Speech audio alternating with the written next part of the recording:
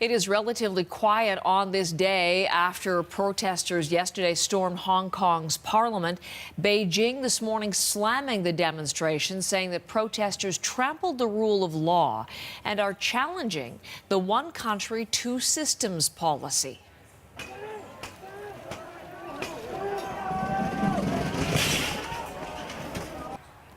There was the scene yesterday as protesters broke into Hong Kong's legislative building.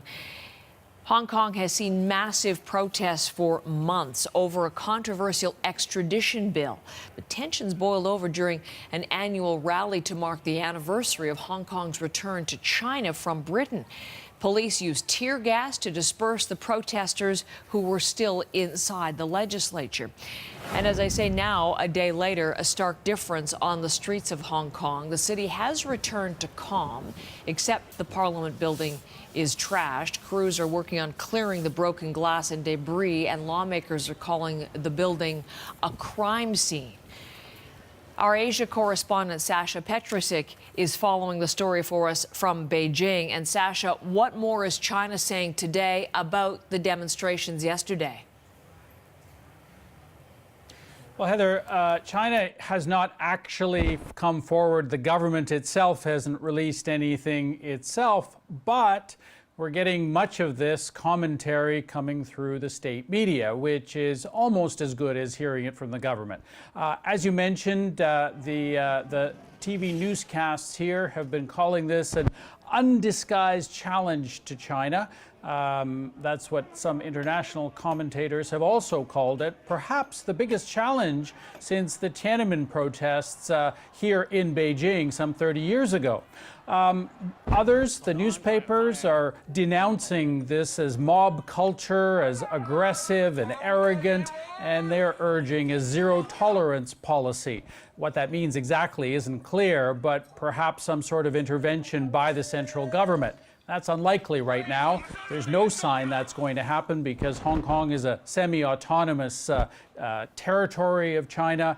But I'm sure that the people here and the leadership just a few blocks away from me are not happy with what they're seeing down there, especially since the government that they put in place was actually one of their own people. That's Carrie Lam and her government, which is not directly elected, but is actually indirectly appointed by Beijing. Sasha, she held a very early in the morning, overnight news conference after all of this happened, also denouncing the protesters. She's come out strongly against these demonstrations. How is she being received both in Hong Kong and there where you are in Beijing? Well, as I say, from Beijing's perspective, she is their woman. She basically was put in place to administer the colony, and she's seen by many in Hong Kong, even people who support her, really as more of a representative from Beijing to Hong Kong than someone who represents the people of Hong Kong. She's seen as an administrator, perhaps efficient, but somewhat arrogant. And she actually had, at this news conference that you mentioned, she had this to say about the protests last night. The second scene that we have seen, which really saddens a lot of people and shocks a lot of people, is the extreme use of violence and vandalism by protesters who stormed into the Legislative Council building over a period of time. So this is something that we should seriously condemn, because nothing is more important than the rule of law in Hong Kong. She's been very defiant throughout all of this, rejecting demands from the protesters to withdraw this controversial law which led to all of this, which would allow extraditions to China, also rejecting demands that she step down. Now, the fact that she's not liked by protesters isn't surprising, but even some of her own supporters now have started to question her leadership skills and her political judgment, because they say, you know, the territory would not be in this kind of a state if she had made some decisions earlier and perhaps better. Heather? Sasha, thank you very much. Our Asia correspondent, Sasha Petrusik, in Beijing this morning. Let's get back to one of our top stories today. These scenes from Hong Kong, relative calm on the streets today, although with the cleanup, the reminders of the violence that led to the storming of the city's legislature yesterday. It was the day that marked the 22nd anniversary of the former British colony being returned to China. The demonstrators, among other things, frustrated at what they see as a lack of response to their opposition to the controversial extradition bill. They want to see that legislation scrapped entirely, not just suspended. Riot police, as you see in these pictures, using tear gas to break up the 3-hour occupation of the Legislative Council building. Edward Chan was on our program yesterday, a Canadian who lives in Hong Kong. He was at the protest, and he's back with us this morning. Edward, a pleasure to meet you. I missed your conversation yesterday, so I'm happy to have a chance to say hello to you and welcome you back to the program. Good morning. Can you tell me? Thank you very much. Can you give me a sense? I can see at your window you're getting a bit of a survey of what's happening. I'm wondering, we were just showing some scenes of cleanup and relative calm, but what have you seen in Hong Kong so far today? I think today, obviously, they're having a lot of mixed feedback based on what has happened last night at Lachko. Some of the people, obviously, a lot of Hong Kong people, they want to have like a clean sheet. When you talk about all these protests, they want to have a very peaceful one and all against violence in certain aspects. No matter what, they think that young people or protesters, they shouldn't use any violence. But obviously the other side, and also there's a lot of commentators and articles being written today, and people just think about we should be very focused. We shouldn't be diversified to criticize the protesters, but we should continue to look at the issues which was caused by the government. And also because of the Chief Executive, Carrie Lam, she does not reply to any of the requests coming from the Hong Kong people in a positive way. So today, I think the atmosphere is still very kind of like different size feedbacks. And unfortunately, I would say Hong Kong society is getting to be very, very extremely polarized at this moment. Well, I was going to ask, obviously, as you say, the response is divided. I'm wondering about the protesters themselves. As you suggest, these protests have been largely peaceful to this point. And then there was this violent splinter group yesterday.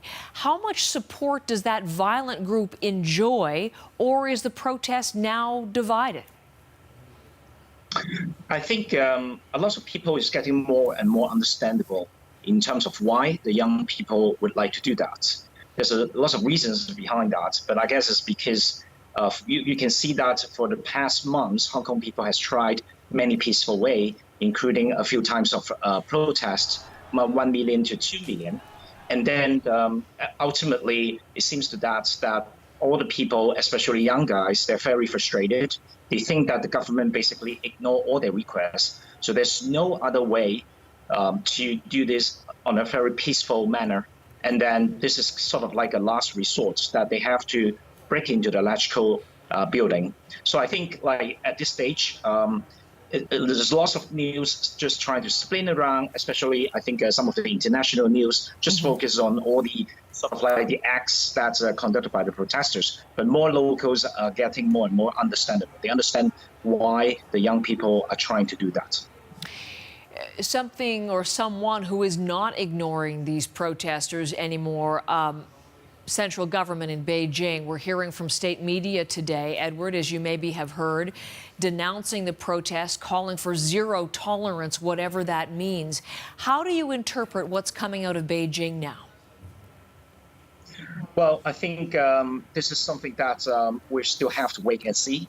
A lot of people predicted that presidency is going to be getting more and more stringent in terms of the control of the Hong Kong political situation. I guess this is the gesture that they have to make. They have to make sure that the SAR government, they will continue with the power, and they don't want any protesters or any sort of like pro-democracy groups to gain advantage. So I think this is still like among the societies, the atmosphere is very intense, I have to say. I'm wondering not just about consolidating power, but this is seen by many as a real challenge to President Xi's image as a strong man, and whether or not these protests, if they continue and they grow, whether that's not going to force him to respond in some way. That's correct. That's correct. I guess a lot of protesters, we are not against the central government. We are just requesting the Hong Kong SAR government to provide a positive feedback and also to set up a separate independent commission to investigate any excessive force used by the police. I think these are very, very humble requests. And that's why, lots of Hong Kong people are just get more and more angry and also frustrated, because even for humble requests, the government choose not to respond. Okay. And yet it seems that there's more than just a humble request over this legislation. If you watch those protesters yesterday, they got into the legislature, Edward, they hung the colonial flag, they talked about wanting U.S. intervention and help. And it seems perhaps more and more that there's some sort of almost a culture clash happening there. Is there something more going on here at the core? I think there's always a conflict or cultural difference between Hong Kong and also mainland China. It's all because of the historical issues. I think at this stage, it's like you've probably seen a lot of advertisement being posted in global newspapers. Even in Canada, the Globe and Mail, there's an advertisement talk about last week doing G20, and Hong Kong people are basically asking for the help from the international societies, because Hong Kong is an international city. There's a lot of vested interest coming from different countries, including Canada. So that's why we want to seek help from the international world to understand Hong Kong people's determination to fight for democracies. Edward, I'm so glad to have had a chance to speak with you personally. We'll stay in touch as this continues. Thank you for the time this morning. Thank you very much. Thank you.